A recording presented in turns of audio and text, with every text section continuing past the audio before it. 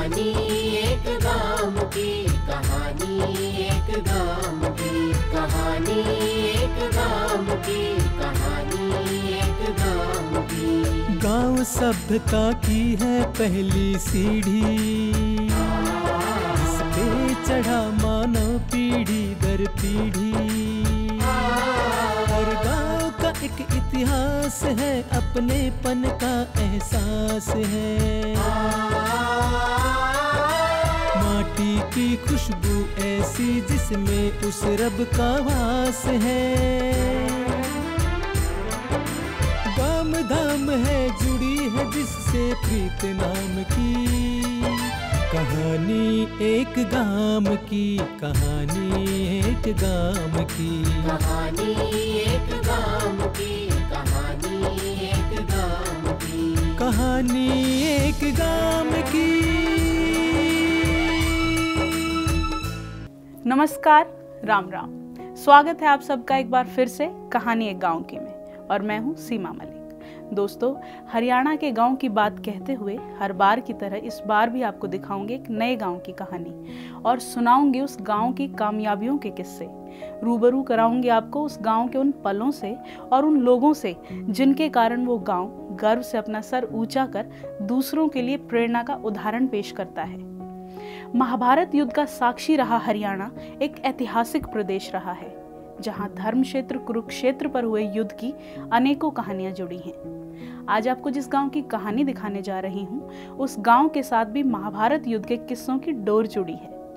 खेल, शिक्षा और आपसी भाईचारे से आगे बढ़ता ये गांव है जींद जिले का इक्कस गांव, जो जींद से भिवानी रोड पर कुछ ही दूरी पर बसा है। तो चलिए आज आपको दिखाती हूँ इक्कस गांव की कहानी।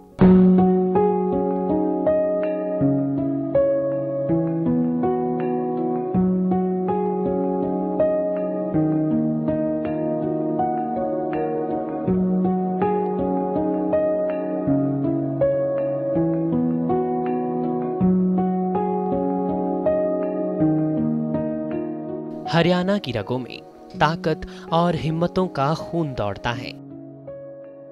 विकास की कहानी कहते और सभ्यताओं की धरोहर सहेजे हरियाणा के गांव अपने जीवन की धुरी पर आगे बढ़ते जा रहे हैं।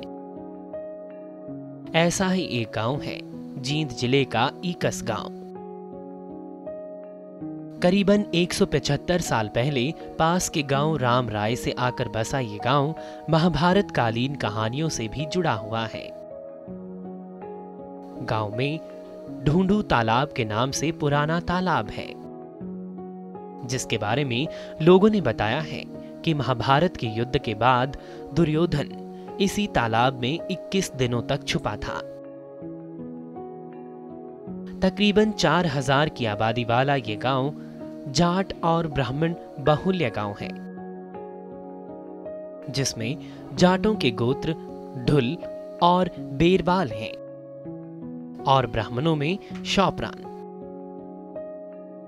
6000 बीघे जमीन वाला ये समृद्ध गांव जीवन बसर के हर तरीकों से भरा पूरा है।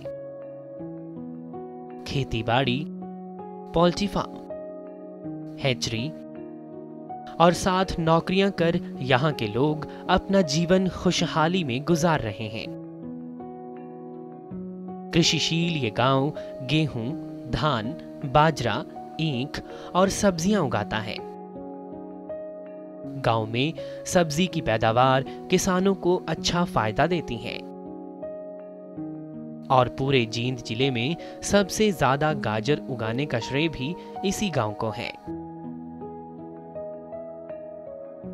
साथ ही 3500 के करीब पशुधन भी है गांव में, जिनमें मुर्रा नस्ल के पशुओं की भरमार है।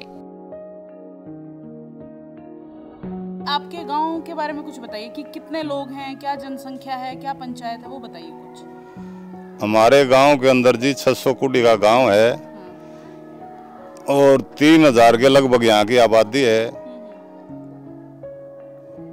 यहाँ 1800 सवा 1800 हमारे गांव के अंदर वोट हैं। अच्छा जी, क्या मुख्य पेशा क्या है लोगों का, क्या कामकाज है? लोगों का मुख्य पेशा है जी यहाँ खेती बाड़ी, पशुपालन व्यवसाय।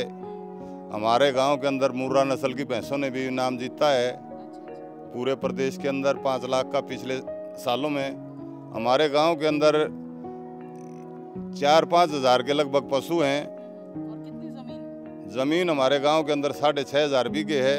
हमारे यहाँ मुख्य जो खेती की गेहूं की, जीरी की पैदावार ली जाती है। पानी नीचे का बहुत बढ़िया है, वैसे हर प्रकार की फसल हो जाती है। और इसके साथ साथ छोटे किसान जो हैं वो सब्जी की खेती करते हैं। दोस्तों, हरियाणा के हर गांव में खेल और खिलाड़ी जीवन का एक अहम हिस्सा है। ईकस में भी ऐसा ही रुझान और उत्साह देखने को मिलता है। यहाँ पर साल में 3 दिन मकर संक्रांति के अवसर पर खेल उत्सव मनाया जाता है, जहाँ बच्चे, बूढ़े और महिलाएं सभी जमकर खेल खेलते हैं।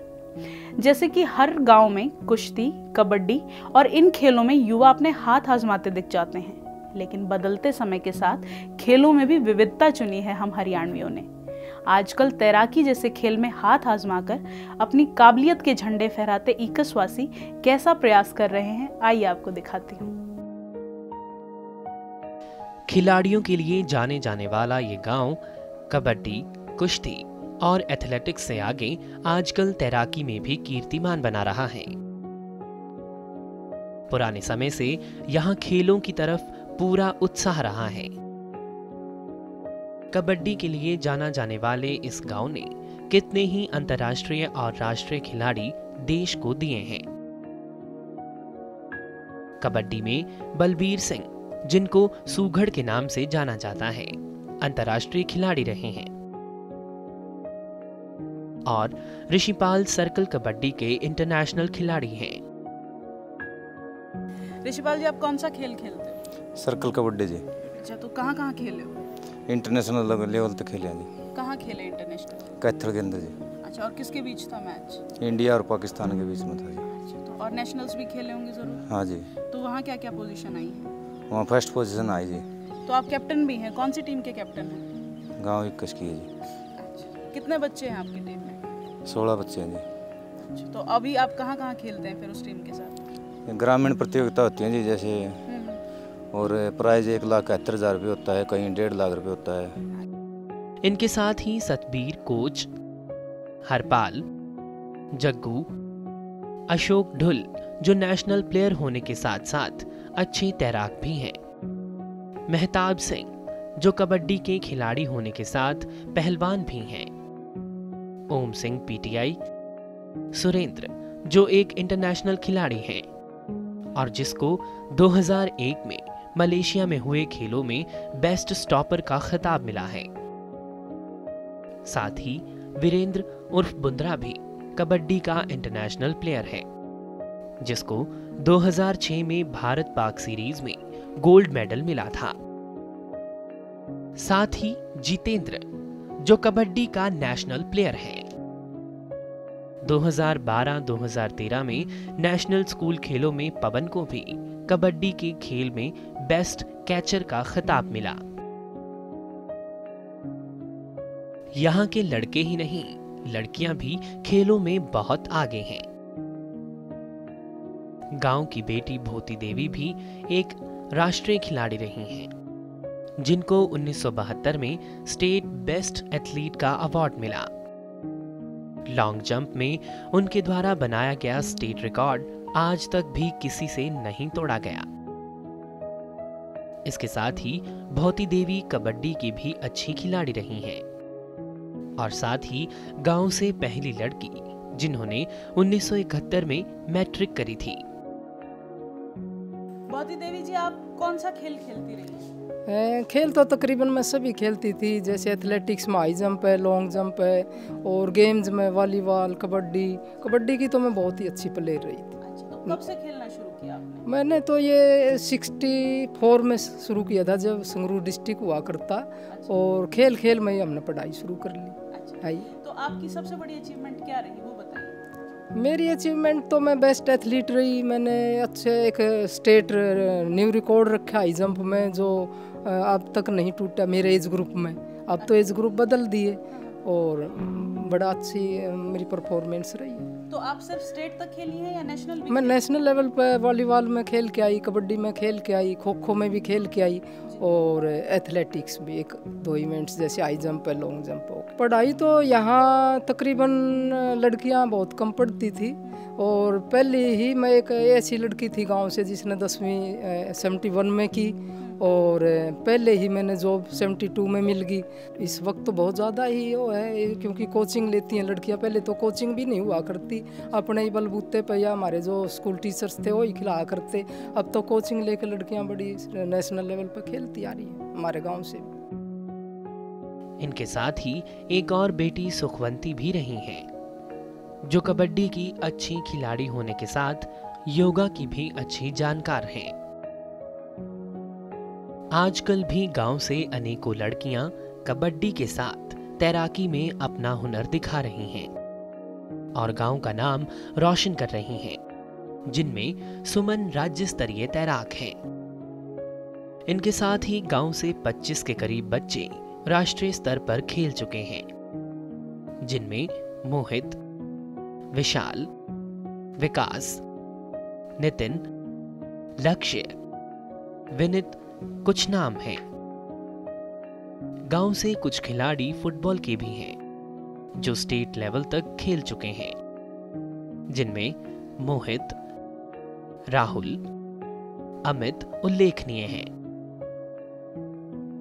गांव से एक और खास व्यक्ति हैं ओम प्रकाश ढुल, जो बास्केटबॉल के उम्दा खिलाड़ी रहे हैं, जिनको उनके बेहतरीन खेल प्रदर्शन के लिए अर्जुन अवार्ड से सम्मानित किया गया। गांव वालों ने खेलों को प्रोत्साहन देने के लिए गांव में खुद के प्रयासों से 36 लाख की लागत से इंडोर स्टेडियम का भी निर्माण करवाया है।